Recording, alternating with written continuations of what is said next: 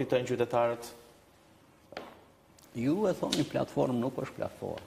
Nuk është platformë. Nuk është platformë, ajo është një marrëveshje që është bërë mes 4 partive politike, që më vonë ju bashkangjit edhe partia e Zotit Thaçi, dhe të bon 5, po që Besa nuk e pranoj dhe nuk u bashkangjit ati trupi punues.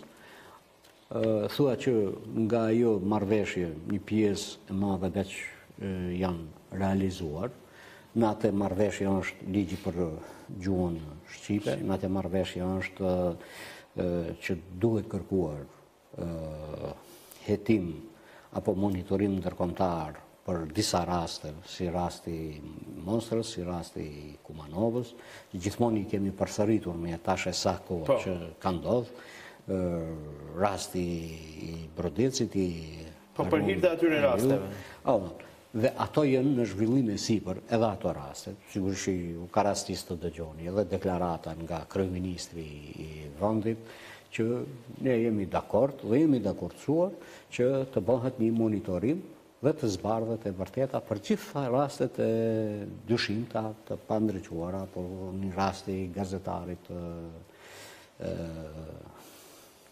Maqedonës, miku i emrit tani. Dakor.